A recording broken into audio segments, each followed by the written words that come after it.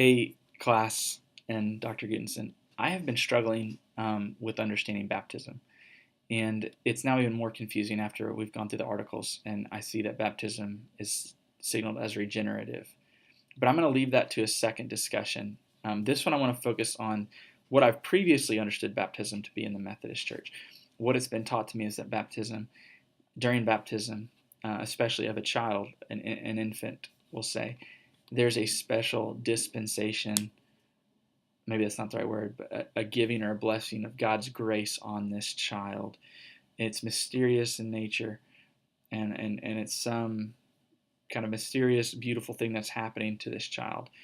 Um, but in the language from the hymnal, you see that obviously the child can't talk, so he or she is not being asked to respond. It's the parents who respond, saying, "We agree to raise this child here in the church. We will do everything we can to bring them up into a saving faith in Jesus Christ." And so the language is it's more of a dedication. We will do this as parents. The community of the church around this baby will do this. And then we're extending something that happens with God in that process, something that God does. My struggle with infant baptism is, what if a baby is not baptized as an infant? Do they have less of God's grace on their life as someone who is? Because the way I understand God's prevenient grace from Wesley's theology is that it covers all people, regardless of whether someone was baptized as an infant or not. So that's kind of confusing to me. This is definitely not children believing for themselves. It is definitely placeholder, the parents standing there and saying, "We believe this for our child," or "We're blessing this child." And that's why it's kind of confusing. The reason why it's confusing is in our hymnal, we also have a believer's baptism for an adult. And so the language is completely different.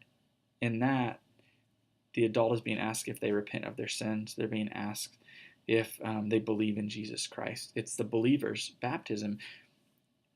And so my struggle with that is, what is actually happening in baptism?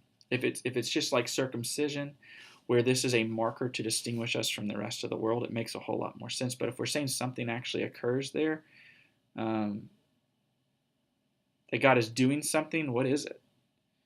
And does it have to be done? I don't believe personally that someone would have to be baptized to enter into heaven. And so the practice of baptism of infants, even adults makes a little more sense to me, because it's kind of a profession, a chance for them to say, "This is what I believe," publicly. And the reaction to that is being able to be baptized. So any feedback on that would be great. The way I've got it in my head is infant baptism is more like prevenient grace, and then adult baptism is more in that justifying grace.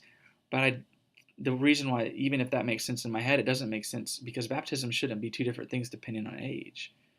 That's the part where I get confused. I feel like there should be consistency. If God is doing something there, then I feel like it should be consistent with what He is doing. So feedback on this would be helpful. And then even after reading the articles, I've already posted this another one. I was unaware that we believe baptism is regenerative. And so that's another level of confusion I now have with baptism in the Methodist Church. So feedback would be great. Thanks, guys.